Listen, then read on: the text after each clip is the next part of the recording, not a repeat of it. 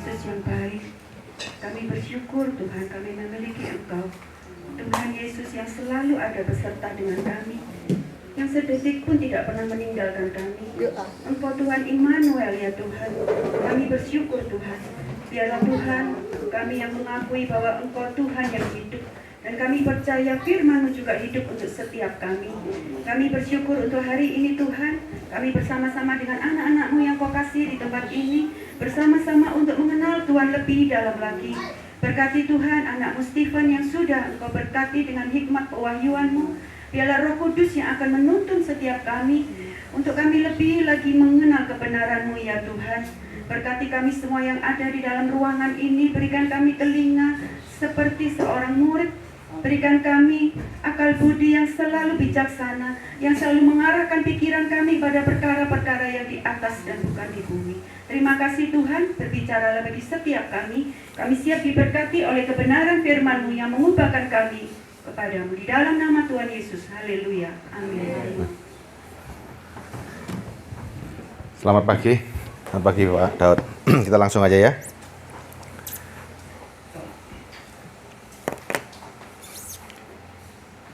Judulnya hari ini adalah Mari Semua Yang Letih Lesu ya.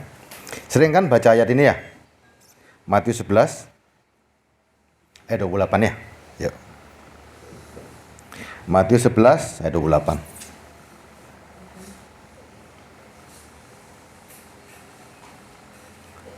Udah ya? Matius 11 28. Marilah kepadaku semua yang letih lesu dan berbeban berat. Aku akan memberi kelegaan kepadamu. Di sini dulu ya. Kenapa Yesus berani mengatakan mari semua yang letih lesu dan berbeban berat, aku akan memberikan kelegaan padamu. Kenapa Yesus berani ngomong seperti itu? Ya. Baca ayat atasnya. Ayat 25.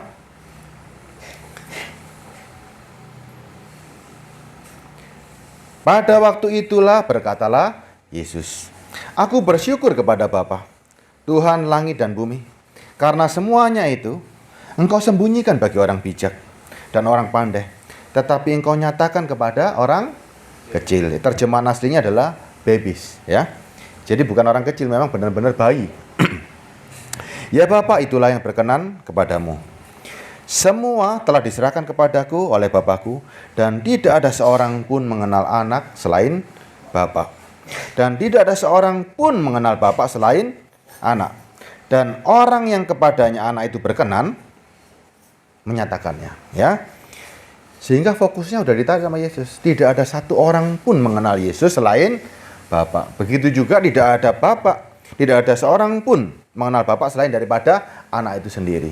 Yesus menyatakan diri sebagai orang yang berhak menyatakan siapa itu Bapa. Ya. Orang dibuat yakin dulu nih. Saudara sekarang yakin nggak siapa Yesus? Yakin kan? Yakin semua ya? Kalau kita yakin, Yesus ngomong mari semua yang berbeban berat, mari semua yang letih lesu dan berbeban berat, mari kepadaku semua orang yang letih lesu dan berbeban berat. Aku akan memberikan kelegaan kepadamu. Pikulah kuk yang kupasang dan belajarlah padaku, karena aku lemah lembut dan rendah hati, dan jiwamu akan mendapat tenang. Sampai di sini dulu ya. Kita belajar ya. Saudara datang kepada Tuhan, ketika Tuhan menawarkan, mari semua datang kepadaku yang letih lesu. Menurut saudara, cara pandang Tuhan ini apa yang membuat saudara letih dan lesu? Yuk, kita datang kepada Tuhan, apa yang kita bawa? Saudara datang kepada Tuhan ketika ada tawaran, mari semua yang letih lesu dan berbeban berat. Menurut saudara, apa pengertian ini? Mari semua yang letih, lesu, dan berbeban berat. Kira-kira yang saudara bawa sama Tuhan apa hari ini? Problem. Betul Pak Bram? Kita mikir bahwa ini problem. Tapi kan saudara baca firman ini. Menurut Tuhan, orang yang letih lesu dan berbeban berat itu orang yang bagaimana? Ya. Kita mikir bahwa ini problem yang kita bawa. Tapi saudara harus lihat loh dari kacamata Tuhan. Siapa orang yang letih lesu dan berbeban berat? Pernah berpikir seperti itu? Kita datang pada Tuhan, kita mikir, oh ini pasti semua beban-bebanku tak bawa ke Tuhan semua. Tapi saudara harus lihat, menurut Tuhan, siapa kira-kira orang yang letih lesu dan beban berat? Yo. Orang kaya punya beban nggak? Punya ya? Orang punya istri punya beban nggak? Orang yang nggak punya istri punya beban nggak? Orang miskin punya beban nggak? Menurut kacamata Tuhan, apakah itu masalah? Apakah itu masalah bagi Tuhan? Coba saudara baca, ya. Ketika ada seseorang ingin berbagi warisan sama Tuhan, Tuhan mau ngurusi nggak? Tuhan mau ngurusi nggak? Pernah baca kisahnya itu? Ada orang datang sama Tuhan, Tuhan, bilang pada saudaraku untuk berbagi warisan. Katanya Yesus apa coba? Kamu pikir aku ini hakim dan perantara bagi kamu? Tuhan kalau disuruh ngurusi urusan-urusan begitu, dia nggak mau. Ya, ingat loh, bagi Tuhan, marilah kepadaku semua orang yang letih lesu dan berbeban berat. Aku akan memberi kelegaan kepadamu. Kalau seandainya ini dari sudut pandang kita, seharusnya orang kaya yang sudah sukses, orang yang punya istri, punya keluarga, nggak punya masalah, nggak perlu datang pada Tuhan. Tapi tidak. Tuhan tidak memandang dari ukuran berkat. Tuhan tidak memandang dari ukuran kesembuhan. Tuhan tidak memandang dari ukuran apapun yang ada di dunia ini. Tidak dipandang sama Tuhan. Kalau Tuhan harus ngurusi urusan bayar arisan, ngurusi kesembuhan, ngurusi urusan, itu kepentingan siapa semuanya itu? Coba. Kepentingan siapa seperti itu? Lukas 21 ayat 34. Supaya kita paham dulu ini ya. Supaya kita paham, benar-benar paham.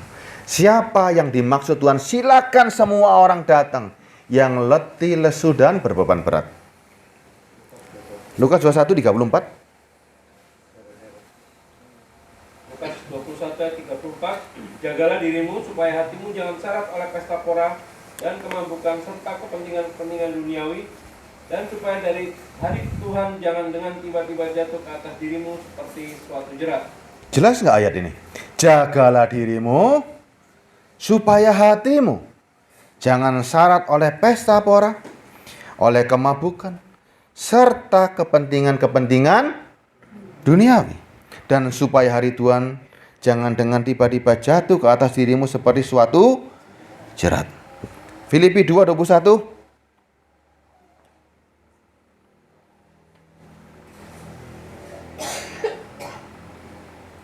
Filipi 2:21.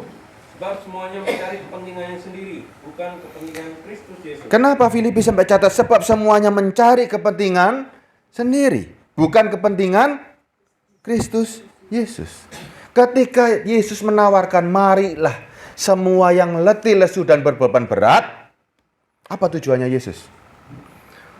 Untuk kepentinganmu atau kepentingan Kristus?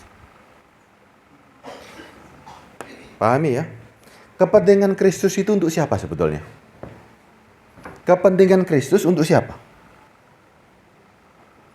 Kepentingan Kristus itu untuk siapa sih sebetulnya? Untuk Yesus pribadi? Atau untuk saudara? Untuk kita semua kan? Ya? Kepentingan Kristus itu juga kepentinganmu. Yesus nggak perlu mikirin dirinya dia karena dia Tuhan. Tapi ingat, kepentingan Kristus itu adalah kepentinganmu. Ya. Makanya Yesus berani katakan, mari kepadaku semua yang letih lesu dan berbeban berat. Aku akan memberi kelegaan kepadamu. Kalau orang punya beban berat, ngapain Yesus malah suruh pikulah kuk yang kupasang dan belajar padaku. Karena aku lemah lembut, rendah hati, dan yang dibebaskan apanya? Dan jiwamu mendapat ketenangan. Urusannya Tuhan urusan dengan jiwa. Saya lanjutkan ya. Sebab kuk yang kupasang itu enak. Dan bebanku pun ringan, artinya begini. Dan apa yang kubebankan itu ringan. Apa yang Tuhan mau bebankan buat kita? Tuhan suruh orang datang, tapi dia berikan kuk. Apa artinya? Apa artinya? Tuhan suruh orang datang yang berbeban berat, letih lesu. Beban berat menurut Tuhan harus tahu dulu ini. Beban berat yang bagaimana? Apakah urusan-urusan kepentingan dunia? Urusan besok perlu makan, perlu minum, perlu pakaian? Enggak. Tuhan sudah janjikan itu semua kok. Jangan khawatir perkara makan, minum, pakaian. Udah dia sudah janjikan. Carilah dulu kerajaan surga dan kebenarannya. Semua ditambahkan. Terus, menurut Tuhan siapa ini? Siapa orang yang berbeban berat dan letih lesu? Apa gambaran beban berat dan letih lesu? Apa kira-kira? Orangnya bagaimana? Tuhan tahu nggak apa yang diperlukan untuk hidup ini?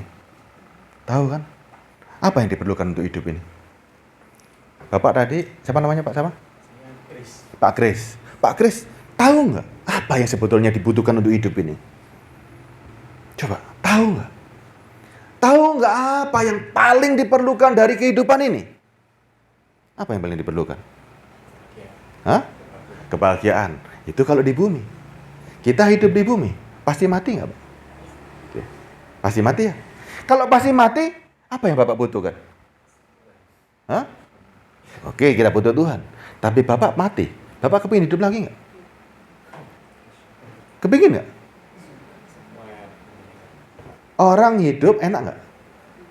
Enak dong? Baik miskin, kaya, menderita semuanya kan enak kan? Kepingin hidup lagi nggak? Selama-lamanya? Kepingin kan? Nah, perlu nggak hidup lagi? Perlu nggak? Semua butuh nggak kehidupan ini? Semua butuh nggak? Bapak butuh nggak kehidupan? Berkat sama kehidupan milih mana? Di sini ada berkat, di sini ada kehidupan. Mana yang kita pilih? Bumi ada masalah nggak? Bumi ada masalah nggak? Ada banyak masalah. Tuhan bebaskan orang dari masalah di bumi nggak? Enggak. Dia nggak bebaskan semua masalah di bumi. Karena manusia sudah diberkati untuk menaklukkan bumi. Tuhan nggak bingung dengan keadaan saudara. Tuhan nggak bingung kau miskin atau kaya. Dia nggak bingung. Yang dia inginkan, apa ya fokus kita hari ini? Semua orang baik kaya, miskin, sehat, sakit, arahnya kemana? Satu arah atau dua arah? Arahnya kemana semua, Pak? Semua menuju kepada kematian. Semua orang sama. Semua orang yang letih, lesu, dan berbeban berat. Artinya semua orang yang tahu akhir hidupnya bakal kemana. Ayo datang semua. Datang. Ada nggak orang kaya bisa dapat karena kekayaannya bisa hidup lama? Ada nggak? Ada nggak orang miskin karena kemiskinannya bisa panjang umur? Nggak ada. Semuanya menuju satu tujuan. Kehidupan dan keselamatan. Ada nggak yang bisa memberikan? Ada Pak Daud? Ada nggak yang bisa memberikan keselamatan dan kehidupan? Ada nggak? Di dunia bisa menawarkan nggak itu? Nggak bisa. Makanya Yesus katakan, sudah jangan ngurusi urusan kepentinganmu. Pikulah kuk. Kuk itu bisa berarti untuk menahan beban dan bisa berarti adalah ini kendali atas hidup kita. Ikut aku. Jangan ngurusi urusan orang lain. Ikut aku. Ikut Tuhan enak nggak? Enak nggak? Pasti enak. Seandainya saudara itu keledai. Seandainya kita ini hanya sapi. Kita nggak tahu ke arah kemana kita mau pergi. Kita nggak tahu tujuan kita. Tapi ketika dipasang kuk dari Tuhan. Tahu nggak arah perginya kemana? Ketika Tuhan yang menaiki keledai itu. Tahu nggak arah tujuannya kemana? Jelas tahu. Karena Tuhan tahu menuntun kemana kita ini. Nggak mungkin sebagai Tuhan yang kejam ketika dia punya keledai, ketika dia punya sapi, berjalan nggak dikasih makan. Mungkin nggak? Saudara saja hari ini. Misalnya punya sapi atau punya kuda. Saudara naik kuda itu. Saudara pasang kuk di atas kuda itu, 2 ekor kuda. Supaya dia berjalan kemanapun yang Anda mau. Pak siapa namanya? Pak Soeharto, ketika Bapak naik kuda, 2 ekor kuda dikendalikan oleh Kekang dan Kuk, yang mengarahkan tujuan itu Bapak atau kudanya? Saya. Pak Soeharto kan? Ya. Kalau kudanya lapar kira-kira dikasih makan nggak? Saya kasih makan. Tapi kan kita ngerti hari ini, Tuhanlah yang punya kendali atas kita. Kita mau diarahkan kemana, yang tahu tujuannya hanya Tuhan. Kasih hidupmu, kendalimu atas kehidupan kita ini, semuanya berikan kepada Tuhan. Mengarah kemana ini? Makanya jangan bawa masalahmu ke Tuhan. Ya, yang kita bawa itu adalah masalahnya Tuhan sebetulnya untuk diri kita. Tuhan tuh bingung kalau saudara nggak selamat. Dia bingung kalau saudara itu mati. Dia nggak bingung saudara nggak bisa bayar utang. Dia nggak bingung. Tuhan nggak bingung saudara miskin hari ini, nggak bingung. Tuhan nggak bingung saudara kaya pun nggak bingung. Tapi dia pusing dan dia sampai menangis ketika saudara mati. Datang pada Tuhan, cari kehidupan. Ya, yuk kita baca lagi sekarang. Kita belajar lebih dalam lagi. Belajar dari Daud. Coba kita lihat Daud. Mazmur 118 ayat 5. Mazmur 118 ayat 5. Kita belajar dari Daud. Apa yang menjadi kesesakan seorang raja pada hari itu, ya? Saya bacakan. Mazmur 118 ayat 5. Dalam kesesakan aku telah berseru kepada Tuhan. Tuhan telah menjawab aku dengan memberi kelegaan. Dalam kesesakan aku telah berseru kepada Tuhan, dan Tuhan telah menjawab aku dengan memberi kelegaan. Apa problemmu Daud? Apa problemnya? Baca lagi. Ayat 6. Tuhan di pihakku. Aku tidak akan takut. Apa yang dapat dilakukan manusia terhadap aku? Sudah menghadapi apa Daud hari itu? Dia takut terhadap manusia lain. Ya, berarti sedang menghadapi sebuah Tuhan di pihakku, menolong aku. Aku akan memandang mereka yang membenci aku. Daud sedang dalam pertempuran. Siapa lawannya ini ya? Lebih baik berlindung pada Tuhan daripada percaya kepada manusia. Lebih baik berlindung pada Tuhan daripada percaya kepada para bangsawan. Segala bangsa mengelilingi aku. Demi nama Tuhan sesungguhnya aku pukul mereka mundur. Kalau saudara lawan semua bangsa, takut nggak? Tapi Daud katakan apa? Demi nama Tuhan sesungguhnya aku pukul mereka mundur. Saudara, satu orang memukul seluruh bangsa. Dengan kekuatan siapa? Tuhan. Ya, mereka mengelilingi aku, ya mengelilingi aku. Demi nama Tuhan sesungguhnya aku pukul mereka mundur. Itu keyakinan karena ada penyertaan Tuhan yang luar biasa. Problemnya gede nggak? Gede, tapi dia sudah gak mikir problem. Mereka mengelilingi aku seperti lebah. Mereka menyala-nyala seperti api duri. Demi nama Tuhan sesungguhnya aku pukul mereka mundur. Siapa yang mukul? Yang mukul siapa? Tuhan atau Daud? Coba baca lagi. Mereka mengelilingi aku seperti lebah. Mereka menyala-nyala seperti api duri. Demi nama Tuhan sesungguhnya. Siapa yang memukul? Kenapa Daud? Karena Daud disertai dengan Tuhan, ya. Sehingga Daud juga bertempur hari itu. Aku ditolak dengan hebat sampai jatuh, tetapi Tuhan menolong aku. Tuhan itu adalah ayat 14. Tuhan itu adalah kekuatanku dan mazmurku. Ia telah menjadi keselamatanku. Berarti Daud lagi hari itu berhubungan dengan sebuah masalah yang berhubungan dengan nyawanya. Tapi saudara meyakini nggak bahwa Tuhan itu kekuatannya? Hari ini kalau Daud berani ngomong begitu, saudara boleh nggak ngomong begitu? Tuhan itu kekuatanku dan mazmurku, ia telah menjadi keselamatanku. Suara sorak-sorai dan kemenangan di kemah orang-orang benar. Tangan kanan Tuhan melakukan keperkasaan. Tangan kanan Tuhan berkuasa meninggikan. Tangan kanan Tuhan melakukan keperkasaan. Ayat 17-nya ini kuncinya. Dari apa kesesakannya Daud ini ya? Apa bunyinya? Aku tidak akan mati, tetapi hidup. Hari ini masalahmu ini berhadapan dengan ini nggak sih sebetulnya? Hari ini masalahmu ini berhadapan dengan hidup dan mati nggak sih? Coba renungkan hari ini. Kita hari ini masalahnya ini berhadapan dengan apa? Berhadapan dengan apa hari ini? Antara kehidupan dan kematian, atau cuman perkara-perkara urusan-urusan kepentingan remeh-remeh ini? Kepentingan dunia hari ini yang saudara hadapin. Perlu mengorbankan nyawa nggak?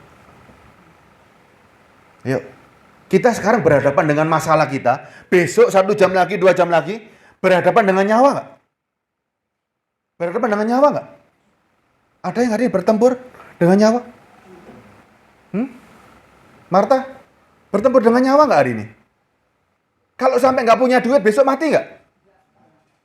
Terus, ada masalah nggak kalau begitu? Kalau masalah duit, gimana caranya?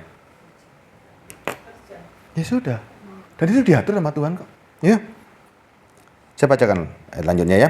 Dan aku akan menceritakan perbuatan-perbuatan Tuhan. Tuhan telah menghajar aku dengan keras.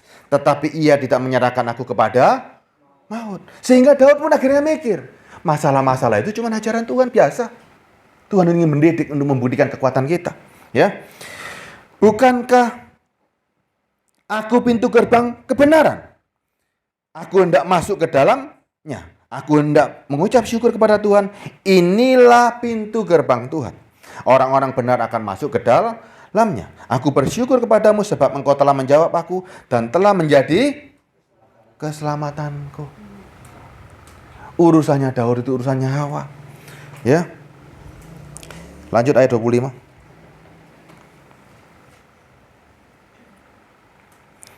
Saya baca 22 supaya lengkap lah. Batu yang telah dibuang oleh tukang-tukang bangunan telah menjadi batu penjuru. Hal itu terjadi dari pihak Tuhan, suatu perbuatan yang ajaib di mata kita. Dan batu penjuru itu adalah Yesus Kristus. Inilah hari yang dijadikan Tuhan. Marilah kita bersorak-sorai dan bersuka cita karena Tuhan. Ketika saudara yakin Yesus adalah Tuhan. Ya. 25. Ya Tuhan, berilah kiranya keselamatan. Ya Tuhan, berilah kiranya kemujuran. Yang paling utama apa? Keselamatan. Sudah, jangan pikir yang aneh-aneh. Semua orang yang letih, lesu, dan berbeban berat karena apa? Ketakutan atas kehidupan ini. Karena dia takut kematian datang pada Tuhan. Tuhan berikan semuanya. Kalau Tuhan berikan itu, semuanya enggak? Kalau orang datang kepada Tuhan, yang Tuhan berikan kelegaan semuanya enggak? Kalau Tuhan sudah jamin, saudara yakin enggak atas kehidupanmu? Yakin semuanya. Kalau Tuhan sediakan keselamatan untuk dirimu, yang di dunia pun akan selesai. Masalahnya nggak selesai, tapi pikiranmu sudah menyelesaikan masalah itu. Bagaimana caranya? Contoh begini saudara ya. Saudara yang sakit tetap sakit kok. Yang miskin tetap miskin. Yang kaya juga tetap kaya. Problem itu nggak ada masalah. Ya. Tapi ketika engkau dalam suatu menghadapi masalah, engkau tetap akan kuat karena engkau merasa bahwa Tuhan di dalam diri kita. Kalau Tuhan ada dalam diri kita, Tuhan tahu nggak sih sebenarnya kita ini susah? Tahu nggak Pak Suwarno? Tahu. Ngapain kita takut? Tuhan ikut merasakan susah kan? Kalau kita yang susah, sebetulnya yang susah itu siapa sih? Kalau Tuhan dalam diri kita, Pak Kris, Tuhan dalam diri kita kan ya? Waktu Pak Kris dalam kesulitan, siapa sih yang susah sebetulnya? Hah? Kan Tuhan sendiri. Kita ini cuma tubuh yang dipakai hari ini. Ya kan? Kalau Tuhan yang tubuh yang dipakai, kita bangga gak ketika kita membuktikan bahwa kita adalah manusia-manusia yang setia sama Tuhan? Tuhan pakai aku. Apapun yang kau mau, pakai. Pakai. Sehingga kita membawa nama Tuhan. Kita membawa nama Tuhan. Kalau Tuhan mau kita susah, jalani sama Tuhan. Kalau mau Tuhan kita kaya, jalani sama Tuhan. Keadaan ini gak menentukan hubungan kita dengan Tuhan. Tetapi kita punya iman yang sangat-sangat kuat. Tuhan diam dalam diri kita. Ingat loh. Saudara yakin betul nggak bahwa Roh Kudus itu dalam diri kita hari ini?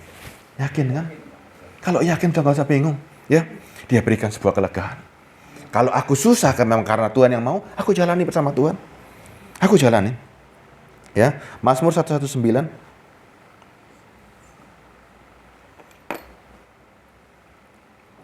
Ayat 45. Tolong Pak Juli bacakan. Mazmur 119 ayat 45. Aku hendak hidup dalam kelegaan, sebab aku mencari titah-titahmu. Oke. Aku hendak hidup dalam kelegaan. Aku pengen legos, gak mikirin lah nih. Makanya yang dicari cuman perintahnya Tuhan. Apa perintahmu Tuhan? Seandainya Pak Soeharto ketemu ada Roh Kudus dalam dirinya dan Roh Kudus perintahkan hidup menderita bersamaku, gimana kita bisa ngelak nggak? Nggak bisa ngelak. Nggak bisa ngelak hari ini. Kalau sampai Tuhan ngomong menderitalah bersamaku, dan itu dibuktikan loh terhadap Paulus loh. Engkau akan menderita demi namaku. Paulus nolak? Enggak. Makanya sekarang kalau Roh Kudus diam, apa perintahnya buat kita? Apa perintahnya buat kita? Kalau Tuhan itu nggak mau ngurusi urusan yang remeh-temeh, dia nggak mau, ya. Nih saya bacakan Ibrani 11. Ibrani 11 ayat 35. Ibu-ibu telah menerima kembali orang-orang yang telah mati, sebab dibangkitkan. Tetapi orang-orang lain membiarkan dirinya disiksa dan tidak mau menerima pembebasan, supaya mereka beroleh kebangkitan yang lebih baik. Ini adalah bukti suatu iman. Bahasa Inggrisnya begini: wanita menerima kematiannya mereka untuk mendapatkan kehidupan lagi. Ya, itu terjemahan yang dari King James ya. Wanita-wanita, ya, menerima kematian mereka untuk mendapatkan kehidupan lagi. Dan yang lain membiarkan dirinya untuk disiksa dan tidak mau menerima pembebasan di dunia ini. Rasul-rasul zaman dulu, ketika dia mau harusnya bisa hidup enak, dia nggak mau. Aku rela menderita supaya mereka beroleh kebangkitan yang lebih baik. Aneh kan? Aneh kan? Ikut Tuhan, rela mati, dan bahkan rela lebih menderita supaya dapat kebangkitan yang lebih baik. Mental seperti apa ini? Kita punya nggak mental seperti ini? Ya, ayat 36. Ada pula yang diejek dan didera. Ada pula yang diejek dan didera. Bahkan yang dibelenggu dan dipenjara. Pak Kris, sudah pernah diejek orang, sudah pernah didera, sudah dibelenggu, sudah dipenjara? Pak Soeharto pernah seperti ini? Tidak, ini orang-orang hebat loh ini. Kita lebih enak hari ini? Lebih enak kan? Mereka dilempari, digergaji, dibunuh dengan pedang. Mereka mengembara dengan pakaian kulit domba dan kulit kambing sambil menderita kekurangan, kesesakan dan siksaan. Sudah seperti ini keadaan kita? Belum. Berarti lebih enak dong? Lebih enak kan? Kalau seandainya kita seperti ini, sanggup nggak? Sanggup nggak? Bersama Roh Kudus sanggup. Makanya Tuhan tahu kan kekuatan kita hari ini. Tuhan tahu nggak kekuatan kita? Kalau saudara hari ini ada di sini, yang difirmankan ini kuat nggak? Pak Kris digergaji, ibunya disembelih, anaknya dibunuh dengan pedang, sanggup? Kenapa Tuhan nggak berikan itu hari ini pada Pak Kris? Karena Tuhan tahu kekuatan kita di mana. Kenapa Tuhan nggak berikan ini pada Pak Soeharto hari ini? Diejek, didera, bahkan dibelenggu dari penjara. Kenapa Tuhan nggak berikan itu? Karena tahu kekuatan kita di mana. Ya, ayat 38. Dunia ini tidak layak bagi mereka. Mereka mengembara di padang-padang gurun dan di pegunungan, dalam gua-gua dan di celah-celah gunung. Bapak masih tinggal di rumah kan? Masih tinggal di rumah kan? Bukan di gua-gua kan? Bukan loh. Ya, 39 nih. Dan mereka semua tidak memperoleh apa yang dijanjikan itu. Apa yang janjinya? Janji berkat dan lain-lain di dunia ini. Mereka nggak dapat semuanya. Mereka nggak memperoleh. Kepentingan-kepentingan dunia itu mereka tidak dapat sama sekali. Ya, sekalipun iman mereka memberikan kepada mereka suatu kesaksian yang baik. Orang-orang baik gak ini? Orang-orang baik gak ini? Orang-orang yang baik, yang imannya luar biasa. Ya. Ayat 40. Sebab Allah telah menyediakan sesuatu yang lebih baik bagi kita. Tanpa kita mereka tidak dapat mencapai kepada kesempurnaan. Artinya begini. Mereka semua itu akan dapat janji yang lebih baik. Dan kitalah yang menyempurnakan janji itu. Saudara inilah yang menyempurnakan janji itu. Mereka loh sudah mati buat saudara hari ini. Mereka menunjukkan iman yang kuat. Hanya tinggal menunggu sempurnanya. Siapa yang menyempurnakan? Kita hari ini. Kalau kita hari ini putus asa, gimana dengan mereka? Kalau saudara hari ini putus asa, sia-sia dong pengorbanannya mereka. Iya kan? Saudara yang menjadi penyempurna dari ini semua. Beban kita nggak ada apa-apanya hari ini. Tidak ada apa-apanya. Makanya, sudut pandang kita harus sudut pandang Tuhan. Lihat apa yang Tuhan janjikan. Lukas 4:19.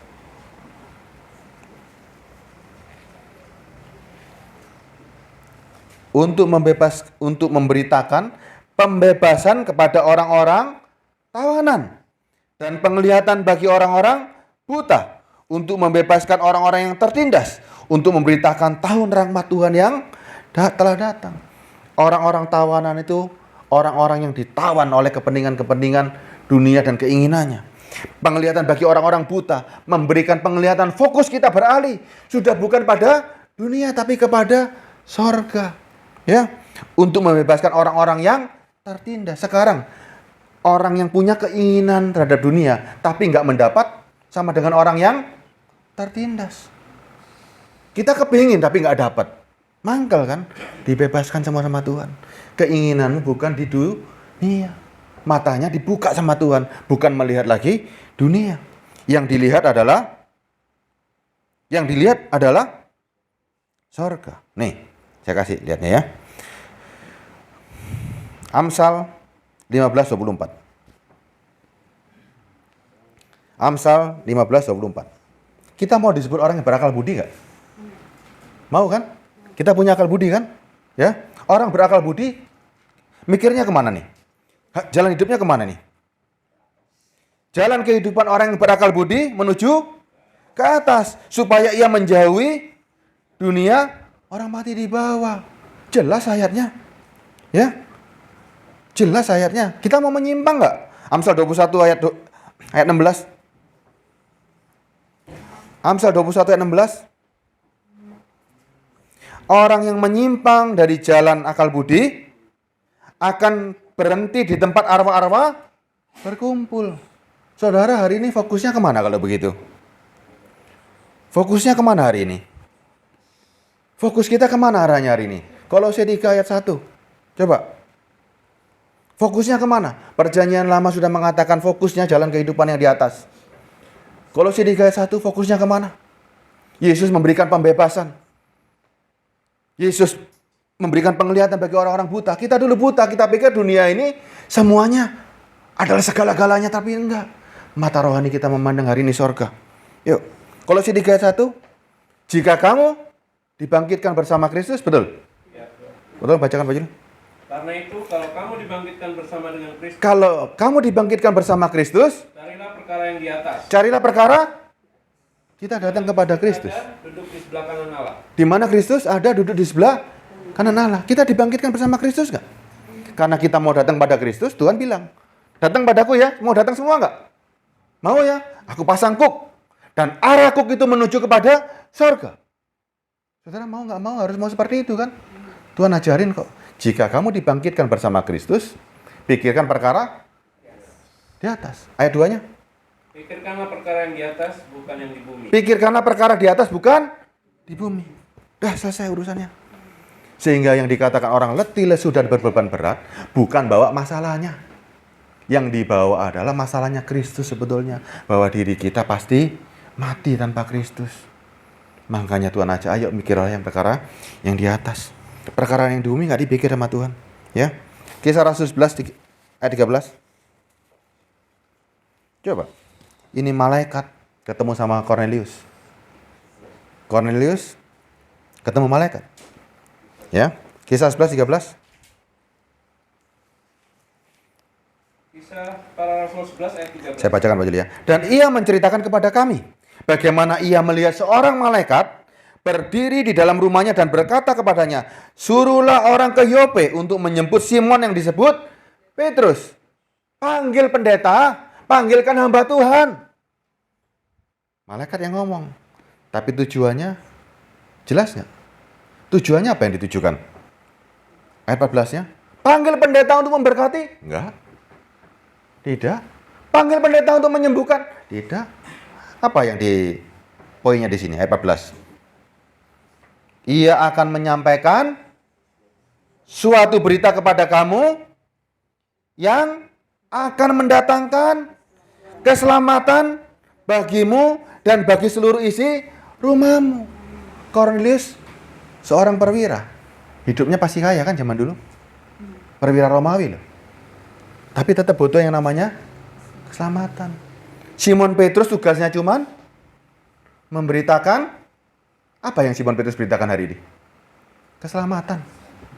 Dia nggak urusan-urusan yang lain, dia beritakan keselamatan. Ya.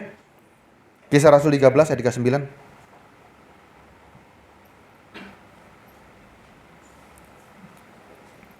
Kisah Rasul 13:39, Pak Juli tolong bacakan ya. Dan di dalam dialah setiap orang yang percaya memperoleh pembebasan dari segala dosa yang tidak dapat kamu peroleh dari hukum Musa. Nah, mulai naik lagi. Di dalam dialah setiap orang yang percaya memperoleh pembebasan dari segala dosa yang tidak dapat kamu peroleh dari hukum Musa. Mari semua yang letih lesu, yang ngandoli dosa-dosa ini datang akan diberi kelegaan. Orang ngandoli dosa enak gak sih? Coba kalau masalah di dunia bisa diberesin. Misalnya Pak Kris punya masalah keuangan, tinggal cari Pak Daud, selesai urusannya Pak. Ya, tapi kalau dosanya Pak Kris, siapa yang bisa beresin? Dosanya Pak Soeharto, siapa yang bisa beresin? Kan hanya Tuhan. Nggak bisa orang lain. Makanya Tuhan hanya bisa berikan apa yang dia bisa berikan. Orang lain nggak bisa berikan. Jelas ya saudara ya? Jelas ya? Sehingga kita ini makin hari makin kuat bersama Kristus. Enak mana? Ngandoli masalah dunia, sama ngandoli masalah urusan sama kematian. Kalau saudara ngandoli dosa, enak nggak? Dosanya wakeh, nggak bisa ada yang membebaskan. Masalah ada yang bisa membebaskan. Para raja-raja, para bangsawan, para orang-orang bisa membebaskan. Orang yang lebih tinggi dari saudara bisa membebaskan masalah. Tapi ada satu masalah yang saudara nggak bisa bebaskan. Ketika ada dosa dalam diri kita, siapa yang bisa membebaskan? Yesus. Itu yang membuat kita menjadi lega. Kalau Anda bebas dari dosa, kira-kira apa yang terjadi? Roh Kudus diam dalam diri kita. Ya.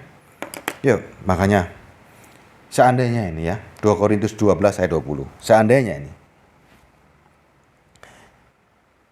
2 Korintus 12 ayat 20. 2 Korintus 12 ayat 20. Sebab aku khawatir bahwa apabila aku datang, aku mendapati kamu tidak seperti yang kuinginkan. Stop dulu. Sebab aku khawatir apabila aku datang, aku mendapati kamu tidak seperti yang kuinginkan. Ini Paulus tulis surat untuk orang Korintus. Seandainya nih Yesus yang ngomong. Kita yakin nih Paulus adalah rasulnya Kristus, ya. Dan apa yang Paulus tuliskan adalah hikmat dari Roh Kudus. Kalau Yesus ngomong begini, sebab aku khawatir apabila aku datang, aku mendapati kamu tidak seperti yang aku inginkan. Dan kamu mendapati aku tidak seperti yang kamu inginkan. Saudara, inginnya Yesus membebaskan masalah dunia, Tuhan bilang, kon kok ngurusi urusan-urusan ini semua sih? Ya, aku khawatir akan adanya perselisihan, iri hati, amarah, dan kepentingan diri sendiri, fitnah dan bisik-bisik, keangkuhan dan kerusuhan. Kalau seandainya Tuhan datang hari ini di hadapan kita, ternyata kita ini masih ada berselisih, masih ada iri hati, masih ada amarah, masih ada kepentingan diri sendiri, masih fitnah, masih suka bisik-bisik, masih angkuh, dan masih suka bikin rusuh. Kira-kira gimana? Kalau Tuhan datang hari ini di hadapan saudara, dan saudara punya ini semua, gimana kira-kira? Ayat 21, aku khawatir apabila aku datang lagi, Allahku akan merendahkan aku di depan kamu, dan bahwa aku akan berduka cita terhadap banyak orang yang masa lampau berbuat dosa dan belum lagi bertobat dari kecemaran. Tuhan akan kecewa banget. Kecewa banget. Ya, yang masa lampau berbuat dosa belum lagi bertobat dari kecemaran, percabulan, dan ketidaksopanan mereka lakukan. Kalau Tuhan datang hari ini, Tuhan mau kita ini sudah sempurna. Dia sudah berikan pengampunan dosa, dia sudah berikan kelegaan, sudah jangan ngurusi urusan-urusan yang lain. Ya, urusan-urusan yang lain mau terjadilah. Ya, urusan duniawi selesaikan dengan urusan duniawi. Ini caranya. Walaupun urusan duniawi, cara menyelesaikannya pun juga dengan firman. Nih.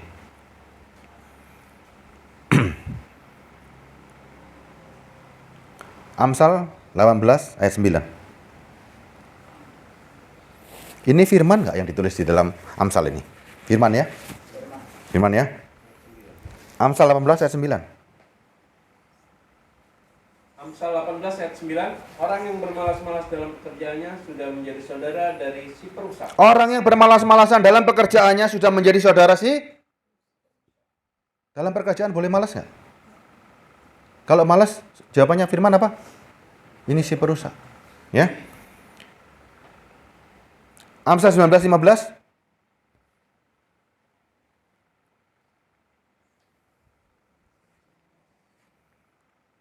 Amsal 19:15.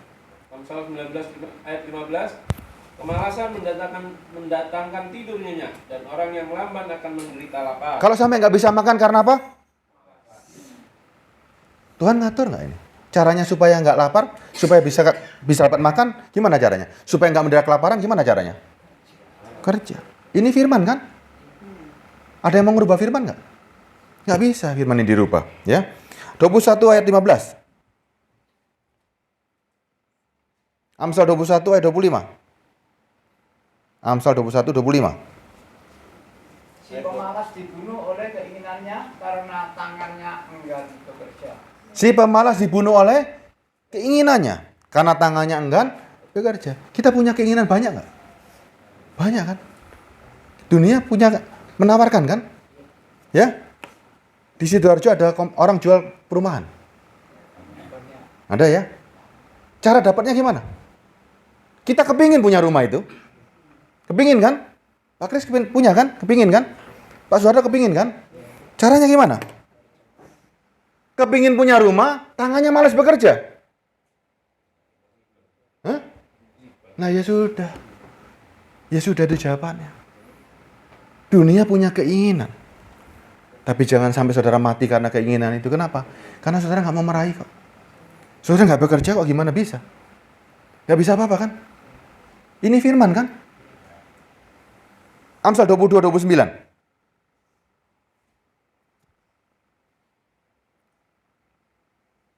Amsal 22 ayat 29. Pernahkah engkau melihat orang yang cakap dalam pekerjaan? Stop dulu. Pernah lihat orang yang cakap dalam pekerjaannya? Pernah lihat orang yang hebat dalam pekerjaan? Pernah lihat? Orang yang ahli dalam pekerjaannya? Pernah lihat kan? Anaknya Pak Kris, siapa namanya? Excel. Excel ahli dalam bahasa Inggris. Hebat. Di mana tempatnya Excel nanti? Apakah orang yang hebat? Baca ayat selanjutnya. Di mana tempat orang-orang muda, tempat orang-orang yang cakap dalam pekerjaannya? Di hadapan raja-raja ia akan berdiri. Kalau Axel pinter, bahasa Inggrisnya hebat, pikirannya menuju pada Tuhan, akal budinya dipakai, rajin bekerja, di mana tempatmu? Di mana tempatnya? Di hadapan raja-raja. Bukan di hadapan orang-orang yang hina. Alkitab mengatur ini kok. Ini firman. Ini firman. Makanya firman itu. Tuhan itu sudah mengatur semuanya di dalam Alkitab ini. Mau hidup moral yang baik, mau cari uang, mau cari apa, semuanya ada di sini. Saudara mau baca firman, ya. Semuanya diatur. Dan Tuhan tidak akan merubah firman-Nya, tidak akan dirubah. Orang yang cakap, pernah lihat orang yang hebat, pernah lihat orang yang cakap, pernah nggak orang yang cakap dan hebat dalam pekerjaannya di hadapan orang-orang hina? Enggak. Alkitab catat kok, di hadapan raja-raja. Kesuksesan kita tergantung bagaimana cara kita memandang firman ini loh, ya. Makanya Tuhan pun juga akan mendidik kita. Tuhan akan menghajar kita supaya kita mengerti. Amsal 19 ayat 18. Level kita mau kemana ini hari ini, ya? Ayat 18, ajarlah anakmu selama ada harapan, tetapi jangan engkau menginginkan kematian. Ini Tuhan yang ngajarin nggak? Hajarlah anakmu selama ada harapan, tetapi jangan engkau menginginkan kematiannya. Kalau Tuhan ngajarin kita seperti ini, Tuhan juga sama nggak seperti ini? Sama. Kenapa kita diajar? Karena sayang supaya kita mengerti. Ayat 25-nya. Level kita mau di mana nih? Mau level yang harus dipukul atau hanya ditegur? Jikalau si pencemooh kau pukul, barulah orang yang tak berpengalaman menjadi bijak. Kalau si pencemooh kau pukul baru ya. Kalau kita dikatakan si pencemooh ini sudah wis karep-karepmu, nggak mau tahu, dihajar sama Tuhan ya. Barulah orang tak berpengalaman menjadi bijak. Jikalau orang yang berpengertian ditegur, ia menjadi insaf. Kita mau yang kemana nih hari ini? Yang cukup dengan teguran atau dengan pukulan? Nah, cukup dengan teguran ya. Makanya jangan menolak didikan Tuhan. Amsal 23:13.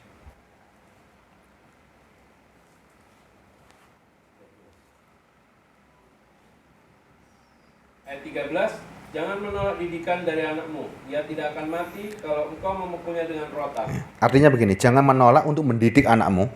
Ia tidak akan mati kalau engkau memukulnya dengan rotan. Ayat 14-nya. Kenapa dia harus memukul dengan rotan? Engkau memukulnya dengan rotan, tetapi engkau menyelamatkan nyawanya dari dunia orang. Engkau memukulnya dengan rotan, tetapi engkau menyelamatkan nyawanya dari dunia orang mati. Jangan-jangan kita hari ini sedang dipukul Tuhan, supaya kita nggak mati. Supaya kita ini balik arah. Ya, Tuhan mengajari kita mendidik seperti ini. Dan Tuhan pun mendidik kita juga seperti ini. Ini gambaran, makanya jangan takut. Hari ini introspeksi semuanya. Ya, kita hari ini diajar Tuhan untuk berubah fokus. Ada orang yang ya, jalani bersama Tuhan, hidup bijak bersama Tuhan ya. Enak nggak kalau seperti ini? Enak nggak akhirnya? Semua orang datang pada Tuhan, serahkan kendali hidupmu. Serahkan, ikut tuntunan Tuhan sudah. Wes Tuhan, karep-karepmu Tuhan, aku mati di dunia ini nggak apa-apa, asal aku dapat kerajaan sorga. Ya, saya ulangi ayatnya tadi ya. Marilah semua yang letih, lesu dan berbeban berat, aku akan memberi kelegaan kepadamu. Kelegaan dari Tuhan adalah pembebasan dari dosa.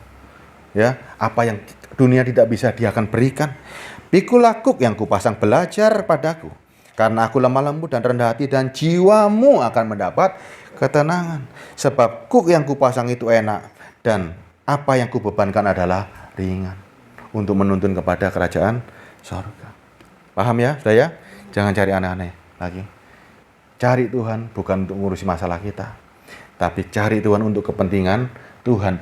Dan yakin kepentingan Tuhan itu adalah kepentingan kita. Kalau kepentingan kita bukan berarti kepentingan Tuhan, tapi kepentingan Tuhan pasti kepentingan kita. Jangan dibalik. Ya. Kepentingan Kristus itu pasti untuk kepentinganmu. Kristus ngapain datang ke bumi ini? Coba. Yesus ngapain datang ke bumi? Untuk kepentingannya dia? Hah? Coba, Yesus capek-capek disalib untuk siapa sih? Coba. Cari apa Yesus mau disalib? Kan kepentingan kita semua. Ya kan? Walaupun Yesus yang melakukan semuanya, itu semuanya demi kita. Ya. Fokus pikiran sorga. Kuknya Tuhan, ikut arahannya Dia. Semua kepentingan Kristus pasti kepentingan kita, karena Dia adalah Tuhan. Jangan berubah fokus ya. Kita selesai sampai di sini. Kita tundukkan kepala. Bapa di surga, di dalam nama-Mu kami mengerti. Kami adalah orang-orang yang berbeban berat. Kami orang-orang yang letih lesu Tuhan dengan dunia ini. Dunia ini akan ada akhirnya.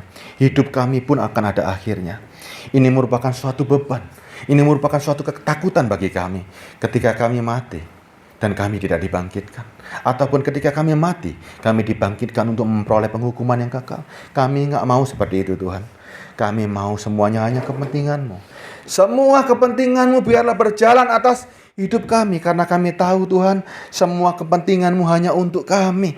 Semua kepentingan-Mu hanya untuk diri kami, diri istri kami, anak-anak kami, dan diri semua keluarga kami, dan diri semua orang yang ada di dunia ini. Bapa di surga, ajar kami untuk melihat apa yang Kau janjikan.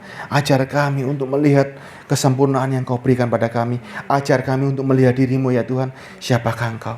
Terima kasih Bapa. Hanya di dalam nama-Mu kami berdoa bersyukur. Kami bangga menjadi anak-anak-Mu. Kami bangga menjadi orang Kristen. Kami bangga menyandang penyertaan di dalam dunia, asal kami hidup bersama-Mu. Hanya di dalam nama Yesus Kristus kami berdoa dan bersyukur. Haleluya. Amin.